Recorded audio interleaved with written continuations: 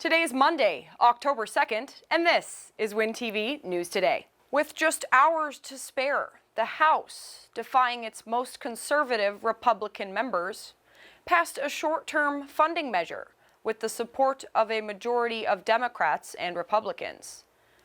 Shutdown was avoided. However, this historically close call leaves tensions high on Capitol Hill. 미국의 임시 예산안 처리로 연방정부 업무정지 위기를 피했지만 이로 인한 후폭풍이 거세지고 있습니다. 민주당의 지원을 받아 예산안을 처리한 공화당 소속 케빈 메카시 하원 의장에 대해 공화당 강경파가 하원 의장 해임을 추진하면서 당내 갈등이 심화하고 있다는 소식입니다. CNN에 따르면 공화당 강경파인 맷 게이츠 하원 의원은 아무도 케빈 메카시를 신뢰하지 않고 있다라면서 메카시 하원 의장에 대한 해임 결의안을 제출할 것이라고 밝히고 나섰습니다. 친트럼프인 게이츠 의원은 공화당 내 대표적 반 메카시 의원입니다. 그는 정부 지출 대폭 삭감, 강경한 이민 정책 반영 등을 끈질기게 요구해왔습니다. 이런 이유로 그를 포함한 강경파 21명은 임시 예산안 처리를 부결시켰으며 셧다운 위기를 고조시켰습니다. 메카시 의장은 정부 지출 삭감을 비롯해 정치적으로 논란의 소지가 있는 내용을 뺀 일명 클린 임시 예산안을 제안해 겨우 하원 처리를 끌어냈습니다. 이에 민주당과 손을 잡았다라는 당내 비판에 접하게 됐다는 분석입니다. 윈티비 뉴스투데이입니다. Exposure to anhydrous ammonia is the predicted cause of death for 5 people, including 2 children, after a tanker truck loaded with the hazardous material overturned on a highway Friday night in rural Illinois. 무수암모니아 운반 트럭 전복 사고로 인해 사망한 5명이 교통사고 충격이 아닌 누출된 암모니아로 사망에 충격을 주고 있습니다. 29일 저녁 일리노이 농촌 지역에서 운반 트럭이 전복되면서 암모니아가 누출되었으며 이로 인해 어린이 2명을 포함해 총 5명이 사망한 것으로 알려졌습니다. 일리노이주 토토폴리스 동쪽 고속도로에서 약 8시 40분경 이 운송 트럭이 전복되어 약 4,000갤런의 무수 암모니아가 도로에 유출되었습니다. 무수 암모니아는 유독한 투명 무색 가스로 흡입 시간에 따라 구토서부터 기도질환까지 다양한 증세를 보이며 질병통제예방센터에 따르면 이 화학물질은 주로 질소 비료로 사용된다고 알렸습니다. 관계자에 따르면 희생자들이 사고 현장을 통과하던 중 암모니아에 노출되었다고 설명했습니다. 현재 사망자 이외 7명이 지역 병원에서 치료를 받았으며 이 중 2명은 입원했습니다. 이 누출 사고로 인해 현장에서 2제곱마일 내에 살고 있는 500명의 대피 명령이 내려졌으며 30일 귀가한 것으로 알려졌습니다. 국립교통안전위원회와 일리노이 경찰국 그리고 미국 환경보호국에서 합동조사단을 파견해 이 사건을 정밀 조사 중인 것으로 전해졌습니다. Several financial entities, including the U.S. Department of Treasury, have announced sanctions totaling nearly $25 million imposed on American Shinhan Bank. These sanctions were supposedly initiated due to a lack of transparency in the bank's anti-money laundering program.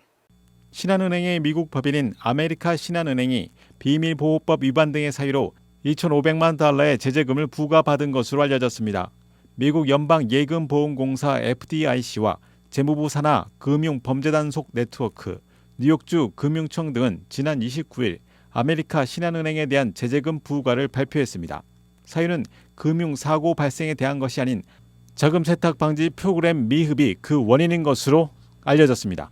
아메리카 신한은행은 지난 2017년 FDIC와 자금 세탁 방지 프로그램 개선을 위한 합의를 체결한 바 있습니다. 은행 측은 인력 확충과 내부 통제 등의 조치를 취했지만 결국 기대에 미치지 못한 것으로 평가됐습니다.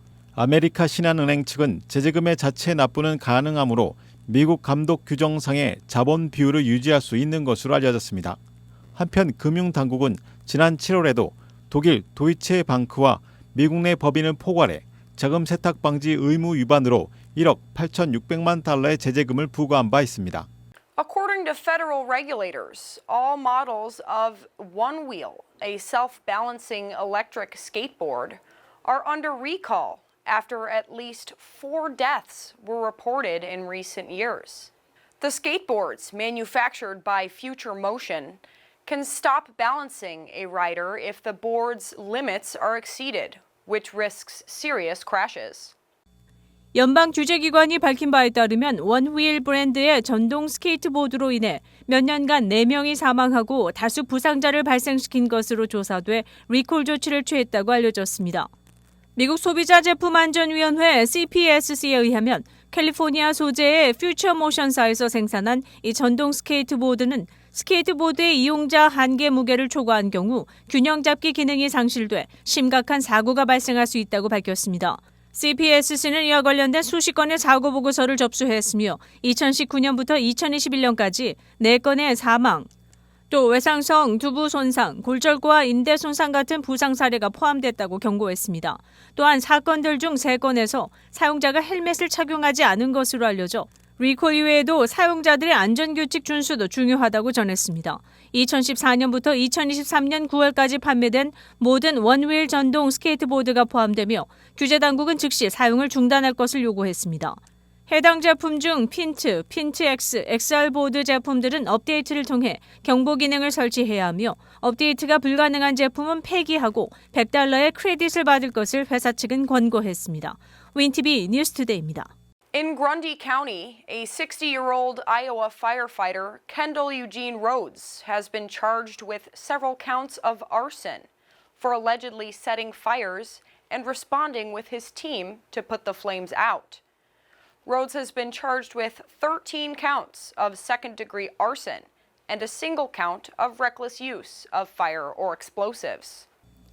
아이오와주의 60세 소방관이 다수의 방화 혐의로 체포됐습니다. 이를 아이오와 그룬디 보안관실이 발표한 내용에 따르면 경찰은 지난 4월 벌어진 일련의 방화 의심 화재를 조사한 결과 지난달 28일 관할 지역 소방서에서 근무하는 캔들 유진 로드스를 2급 방화 혐의 13건과 무분별한 화기 또는 폭발물 사용 혐의 1건으로 체포했습니다. 화재는 대부분 인접 배수로에서 발생해 인근 옥수수밭으로 번졌으며 버려진 건물에서 불이 나는 사건도 잇따라 방화 가능성에 무게를 두고 수사해온 것으로 나타났습니다.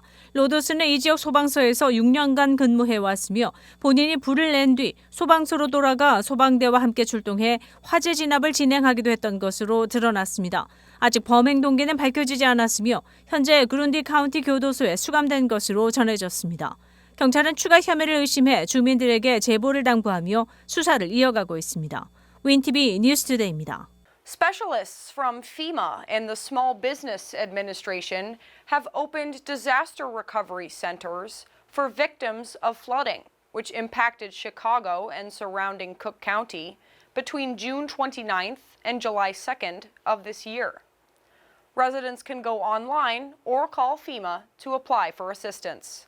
지난 여름철 시카고 및 여러 주변 서버브에서 홍수로 피해를 본 주민들을 지원하기 위해 연방재난청 FEMA 어시스턴트 센터가 쿡카운티에서 업무를 시작했습니다. 이는 조 바이든 대통령이 지난 6월 말에서 7월 초에 걸친 홍수 피해를 본 쿡카운티 지역에 재난지역 선포를 한 후 로컬 주민들에게 재정적인 지원을 하기 위함입니다. 당시 9인치 이상의 폭우로 침수가 생겨 시카고를 비롯해 시세로, 버윈, 칼루메시티, 돌턴 등 남부 서버브까지 피해가 컸습니다. 돌턴 지역에서는 지난 30일 FEMA 오피스가 오픈했으며 이번 주 7일까지 오피스는 오픈 예정입니다. 센터는 평일 9일 금요일까지 오전 9시부터 오후 5시까지 운영됩니다. 7일 토요일에는 오피스가 오전 9시부터 오후 3시까지 엽니다. 윈TV 뉴스투데이입니다.